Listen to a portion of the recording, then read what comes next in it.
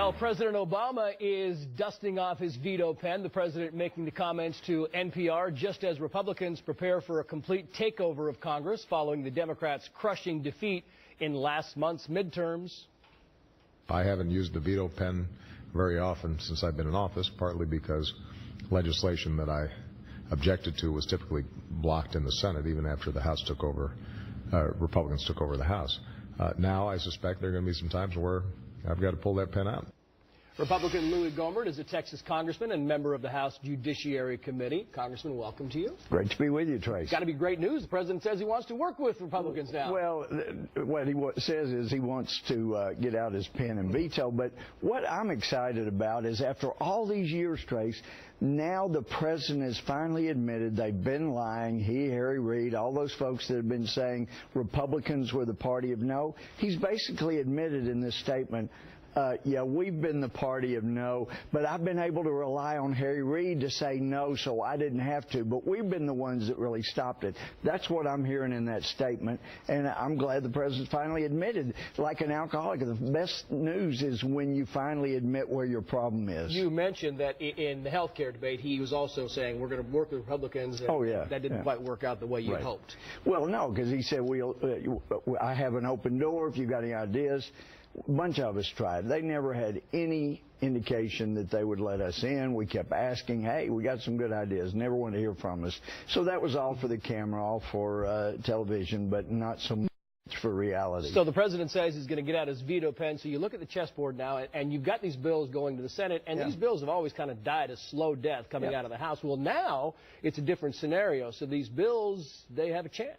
They absolutely have a chance. And, in fact, the best thing to do for an open government is get votes on bills. And whereas Harry Reid wouldn't even let them come to the floor for a vote, now it may take some pushing to get Mitch McConnell to bring everything we send down there to the floor. But let's get them to the floor of the Senate, because either the Democrats, some of them will have to vote for those bills, or they won't be there next time after the next election. But this lets voters see who it is that's representing them. So it shines light on these bills, and even if they don't pass, it's good for you guys 2 years from now, 4 years from now, during these elections. Yeah, because already the president admitting that they've been the party of no, that's a good thing. Now we can show, yeah, we have had good ideas. We had health care ideas, still do, still have some good ideas. I think we should pass some of those.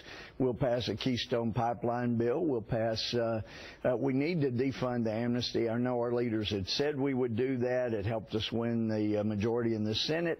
But now we've got to have our leaders follow through and do what we said we would do. But you get these bills, John Boehner pushes them to the Senate, then the Senate passes them, presumably the president vetoes them. Then you need to kind of rally some support from Democrats to get these things overturned, to get the vetoes overturned. Well, to get cloture on the bill, if we're going to go back to cloture on all things.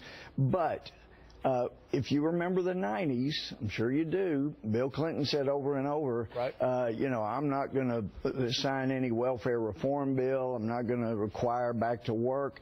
And then the House kept passing, the Senate kept passing. Finally, he had to sign it because they had built enough votes that would have overridden his veto. And now that's one of the things he's most proud of. Same with the balanced budget. He drug his feet. He was against it. They kept pushing, and finally he signed it. I think we can do the same thing with this president. You're very skeptical the president really wants to work with Republicans, clearly, but what's the definition of that in your estimation? Well, I just know from 6 years, I mean, I was a history major before I did my time in the Army, and I know the best indication of future performance is past history. This president's history is saying I want to work with you and then going to the golf course and not talking to anybody. Even among Democrats, I mean, he had a meeting with Democrats some years back where he read to them from a teleprompter. That's not a good way to work with Congress. By the way, he did not mean to interrupt that wedding at the golf course in Hawaii. Yeah, right. Congressman, great to see you. Thank you, sir. Thank you.